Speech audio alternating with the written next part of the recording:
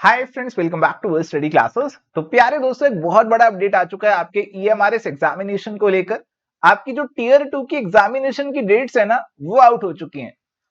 हम एक्सपेक्ट कर रहे थे कि यार अच्छा खासा समय मिल जाएगा टीयर 2 की तैयारी के लिए, बट इन्होंने यहाँ पे थोड़ा सा सरप्राइज हमें दे दिया है कि आपके पास अब बहुत ही लिमिटेड समय है जी तैयारी के लिए। आपको कहा गया है कि जो आपका पीजीटी है उसका डेट है 22 मार्च 2026।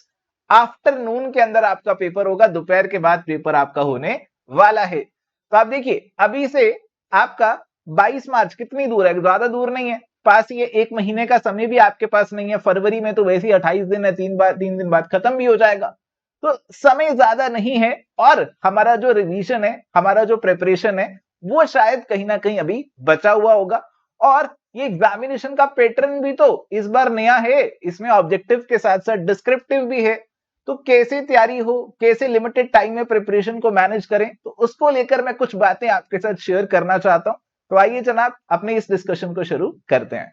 देखो, अभी एग्जामिनेशन की डेट आपके पास आ चुकी है और आपका जो सिलेबस और पैटर्न है वो तो आपको पहले से ही पता था।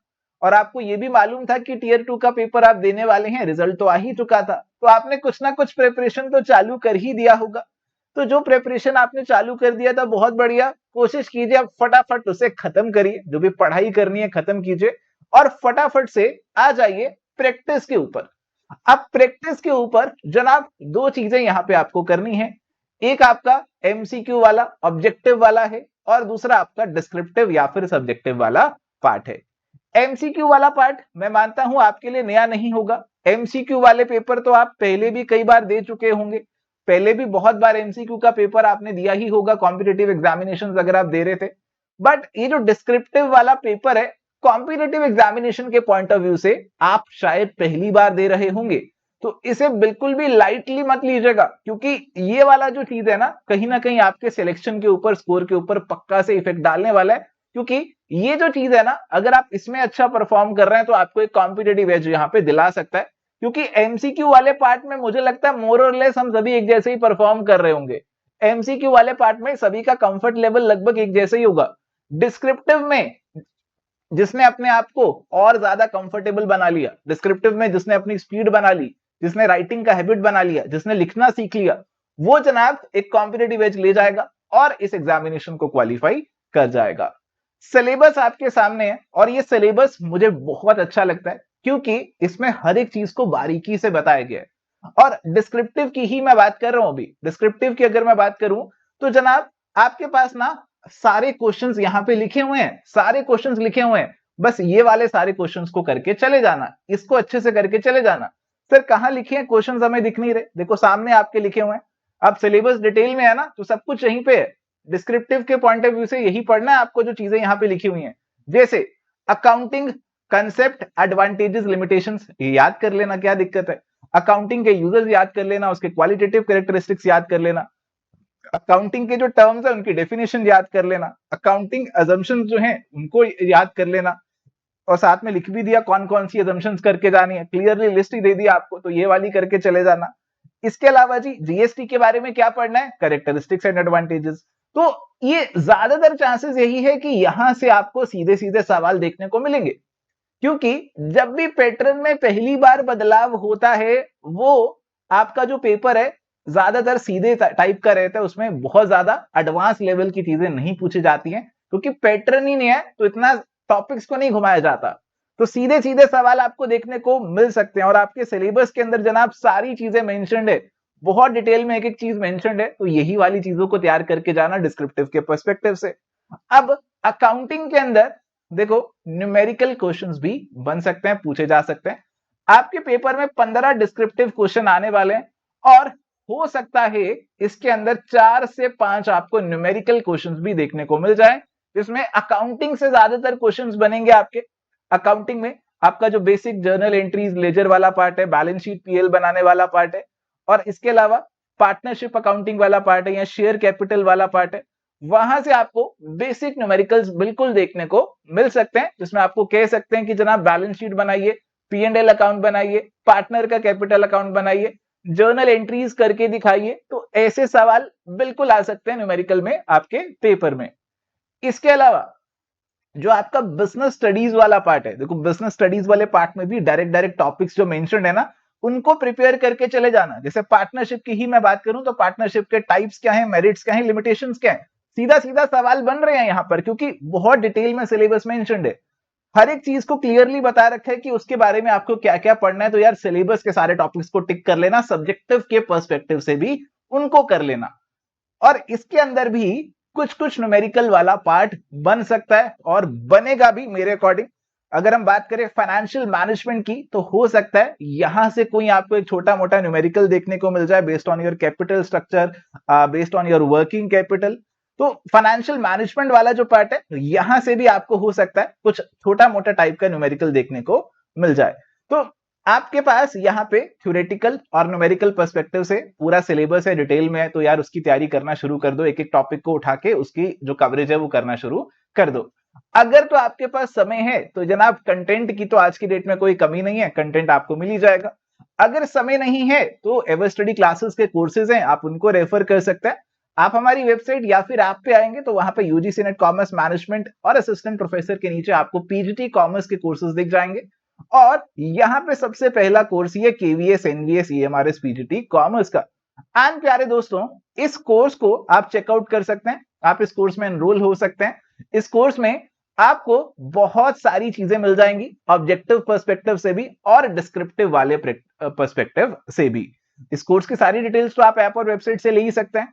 एक बार मैं आपको नजर लगवाता हूं कि किस तरीके से कवरेज हमने आपको यहाँ पे दी है। आप स्क्रॉल करके नीचे आइए, आप प्रीव्यू करके देख सकते हैं जी। आप हमारे जो कोर्स है उसको प्रीव्यू कर सकते हैं। यहाँ पे जो आई बनी हुई है इस पे आप क्लिक कीजिए और प्रीव्यू आपके सामने खुल जाएगा।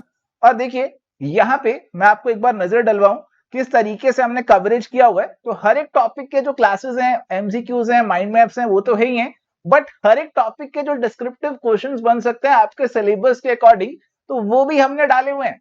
आप देखिए, अब ये भी ध्यान रखना कि हमने कोशिश करी है कि यार आपका जिस तरीके से पेपर का रिक्वायरमेंट है ना, उसके अकॉर्डिंग आपको डिस्क्रिप्टिव क्वेश्चंस मिलने चाहिए। जैसे आपको बोला गया है कि यार आपके पास ना 15 क्वेश्चन आएंगे और एक क्वेश्चन 4 नंबर का ही एक्सपेक्टेड है, होने वाला है ना। 15 क्वेश्चन है 60 नंबर के, तो एक्सपेक्टेड यही चल रहा है कि यार 4 नंबर का एक क्वेश्चन होगा, मोटा मोटी इतने ही मार्क्स रहने वाले।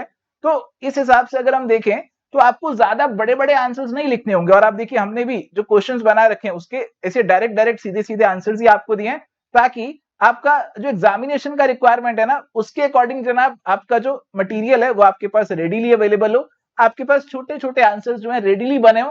आप इन आंसर्स को देख सकते हैं, याद करना चाहते हैं, जो लोग याद करने में तेज होते हैं वो याद भी करके जा सकते हैं। तो सारा सिलेबस आपका ऑब्जेक्टिव के पॉइंट ऑफ व्यू से, डिस्क्रिप्टिव की पॉइंट ऑफ व्यू से पूरा कवर्ड आपको इस कोर्स के अंदर मिल जाएगा। एंड बाकी प्यारे दोस्तों, इस कोर्स के अंदर अभी हमने लाइव आंसर राइटिंग क्लासेस भी शुरू कर दी हैं, जिसमें हम आंसर राइटिंग कर रहे हैं रेगुलर बेसिस पे। ये हमने ऑलरेडी शुरू कर दिए थे और इसके अंदर हम वीकली बेसिस पे मिल रहे हैं आंसर राइटिंग के लिए। अभी थोड़ा सा शेड्यूल के अंदर हम थोड़े से चेंजेस भी करेंगे, क्योंकि अभी एग्जामिनेशन का डेट आ चुका है। तो थोड़ा सा उस शेड्यूल को चेंज करके हम आपके सामने लेकर आएंगे और उसके अकॉर्डिंग हम इसमें प्रैक्टिस करेंगे। एंड जनाब आपके एग्जामिनेशन से पहले आपके लिए एक हम मॉक टेस्ट भी ऑर्गेनाइज करेंगे, जिसको इवेल्युएट किया जाएगा।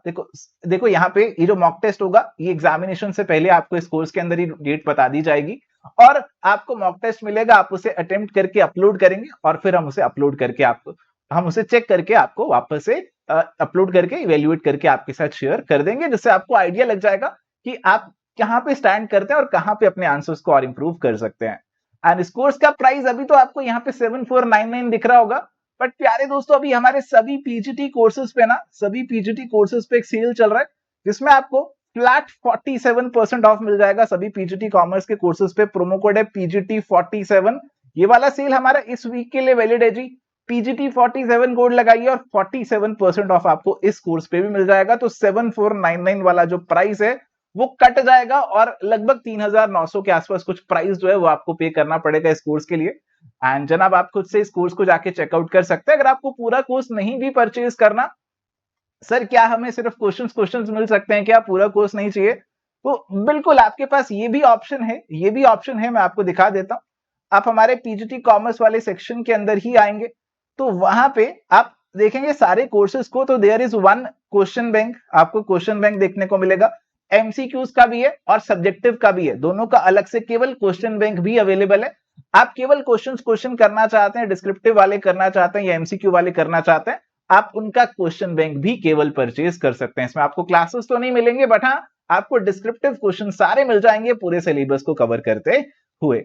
इन कोर्सेज पे भी 47% ऑफ का बेनिफिट आप बिल्कुल ले सकते हैं। तो प्यारे दोस्तों, ये थी जी आज की हमारी डिस्कशन, आज की हमारी चर्चा, जिसमें हमने बात करी कि आने वाले लिमिटेड टाइम में कैसे आप प्रिपरेशन करें अपने ईएमआरएस पीजीटी टियर 2 एग्जामिनेशन की।